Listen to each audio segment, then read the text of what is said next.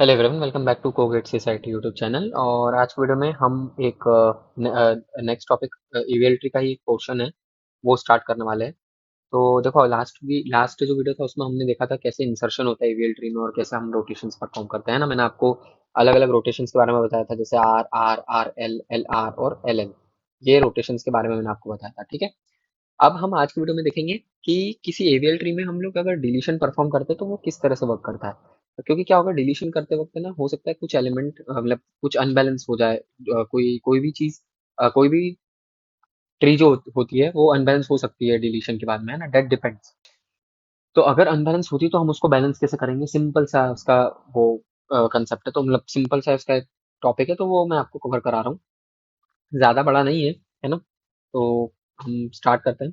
Consider करो हमारी AVL tree है ये। हमारे पास में 50 रूट नोड है। इधर हमारे पास 25 है, इधर 75 है, फिर 60, 55 और 80, इस तरह से हमारे नोड्स हैं, ठीक है।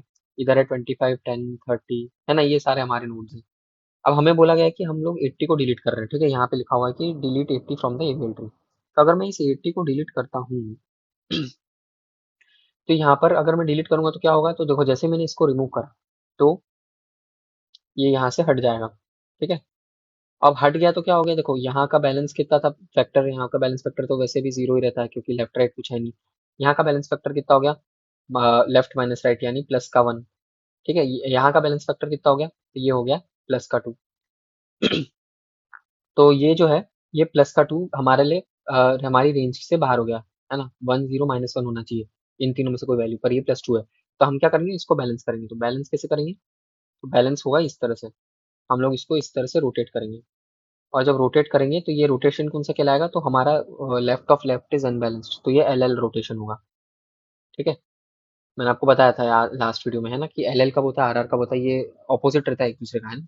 अगर L L left of left is unbalanced, then you need to rotate to the right. तो हम लोग यहाँ राइट में रोटेट कर रहे हैं, ठीक है। इस तरह से होगा तो हमारा ये ट्री क्या बन जाएगा, मतलब हमारा जो ये बनेगा फाइनल ट्री, वो क्या हो जाएगा, वो कुछ इस तरह से हो जाएगा। 75। अब ये बैलेंस हो गया पहली चीज। अब हमें क्या देखना पड़ेगा, हमारा दूसरा बैलेंस है कि नहीं। तो अभी तो ये बैलेंस हुआ है ना। तो इसका बैलेंस तो कंप्लीट हो गया है ना। अब मैं स्टार्ट करता हूँ यहाँ इसका बैलेंस, तो यहाँ से चेक करता हूँ वंस अगेन। तो यहाँ का बैलेंस कितना हो गया, तो ये बैलेंस्ड है हमारा, ठीक है, कोई दिक्कत नहीं है। फिर इसकी बारी है, ये बैलेंस्ड है क्या, हाँ ये भी बैलेंस्ड है। फिर इसकी बारी है, क्या ये बैलेंस्ड है, हाँ ये भी बैलेंस्ड है, ठीक है। ये भी बैलेंस्ड है, ये भी बैलेंस्ड है। सिमिलर वे में अब हम इसकी बारी देखते हैं, तो ये भी बैलेंस्ड है ना। अब इसको देखते हैं, तो क्या ये बैलेंस्ड है, दिस इज दिस बैलेंस्ड।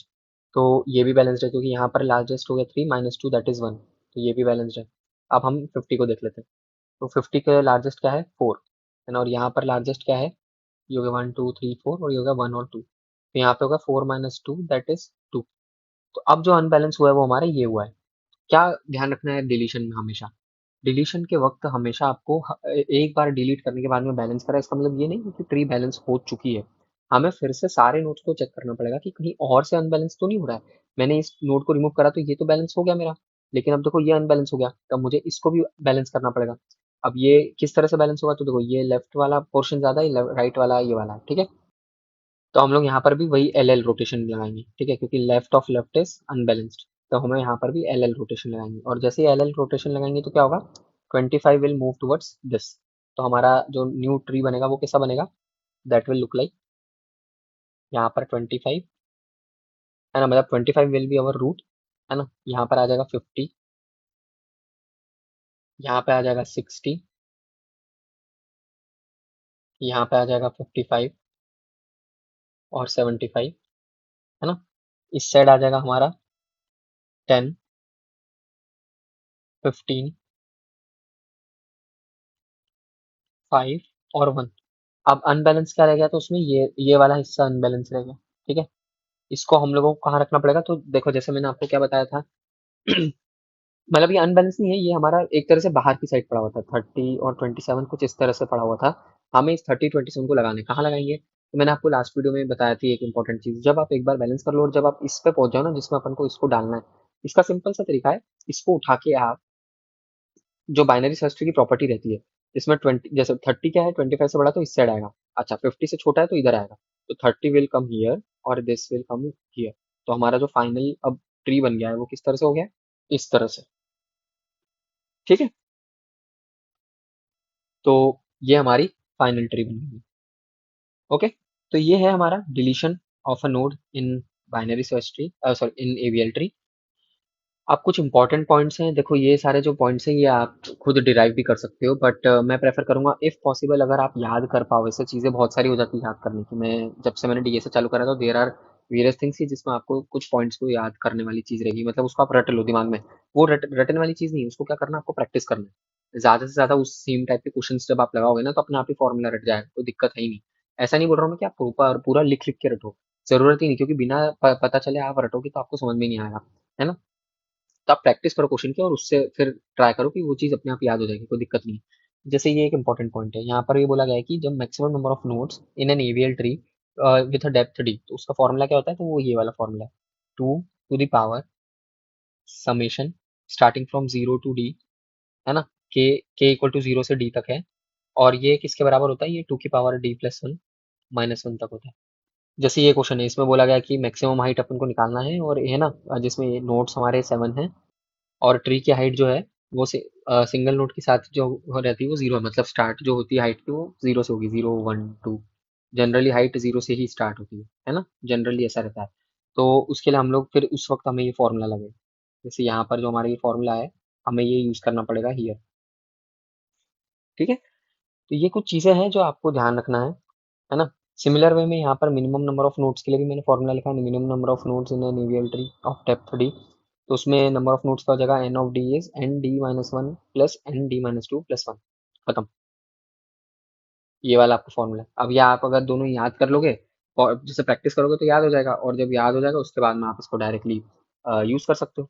ठीक है, तो ये हो गया। अब नेक्स्ट हम एक और चीज देख लेते हैं। ये तो ज्यादा बड़ी है नहीं वैसे, और ये इंपॉर्टेंट इतनी है नहीं, मतलब कोड पूछ लेते हैं, बट अगर आपको लॉजिक मालूम है तो आप आराम से कर लोगे। तो code of in order traversal क्या होता है, code of pre order traversal क्या होता है, और code of post order traversal क्या होता है। सिंपल है। इन ऑर्डर का कैसा रहता है, तो इन ऑर्डर में हम लोग जो रहता है वो होता है लेफ्ट मिड राइट, है ना। वो प्री ऑर्डर में मिड लेफ्ट राइट, और पोस्ट ऑर्डर में लेफ्ट राइट मिड। इस तरह से एम जो रहता है वो शिफ्ट होता जाता है, M where M what is M, so M is the root node. ठीक है, तो रूट नोड दिया हुआ है, हम अपने को मालूम है, तो प्री इन ऑर्डर ट्रेवर्सल क्या होगा, तो जो प्रिंट वाला ऑप्शन रहेगा ना इन ऑर्डर में बीच में आएगा, और रिकर्सिव वाले ऑप्शन दोनों लेफ्ट और राइट वाले ऊपर और नीचे आएंगे। ठीक है, ये होगा इन ऑर्डर में। सेम होगा प्री ऑर्डर में, क्या होगा कि प्रिंट वाला ऑप्शन पहले आ जाएगा, प्रिंट पहले करेंगे फिर हम लोग ट्रेवर्स करेंगे।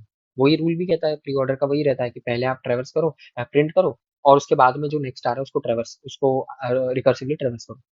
ठीक है, पोस्ट ऑर्डर में क्या होगा, पोस्ट ऑर्डर में हम लोग पहले ट्रेवर्स करते चलेंगे और लास्ट में प्रिंट करेंगे, मतलब हमारी जो रिकर्शन का जो स्टैक बनता है, रिकर्शन स्टैक, उसमें सब सारे एलिमेंट्स आ जाएंगे, फिर हम एक एक करके प्रिंट करना स्टार्ट कर देंगे।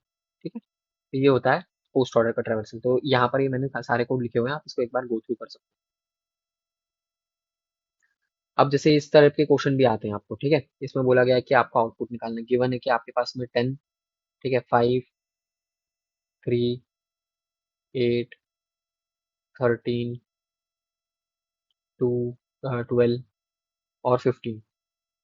ठीक है, और आपको बोला गया है कि ये वॉइड जो भी फंक्शन है, वॉइड एफ लिखा हुआ है, ठीक है, उसके अंदर कुछ भी डाला है हमने, तो हमें ये दिया हुआ क्या है कि अगर पी की वैल्यू नल होती है तो तुम डेटा प्रिंट कर दो, वरना तुम पी को लेफ्ट ले जाओ, पी का डेटा प्रिंट करो और फिर पी को राइट ले जाओ। तो मतलब क्या कर रहा है ये तो देखो, हमारा फंक्शन एफ है, 10 पर है, ठीक है, वो क्या करेगा, सबसे पहले print 10, then it will go to the left is f of 5, then it will print 10, है ना। उसके बाद में ये रिकर्शन ट्री मैंने आपको पहले बताया था, ये रिकर्शन का ही क्वेश्चन है, मैं एक आपको वापस से एक बार करवा रहा हूँ, ये थोड़ा सा डिफरेंट है इसलिए क्योंकि इसमें link list use tree use हो रही है, तो इसलिए हम लोग इसको मैं आपको करवा रहा हूँ, है ना। फिर इसके बाद में आएगा F of right, right is 30। Similar में आप फिर इसको ब्रेक करोगे, फिर इसको ब्रेक करोगे, ठीक है, इस तरह से आप चलोगे।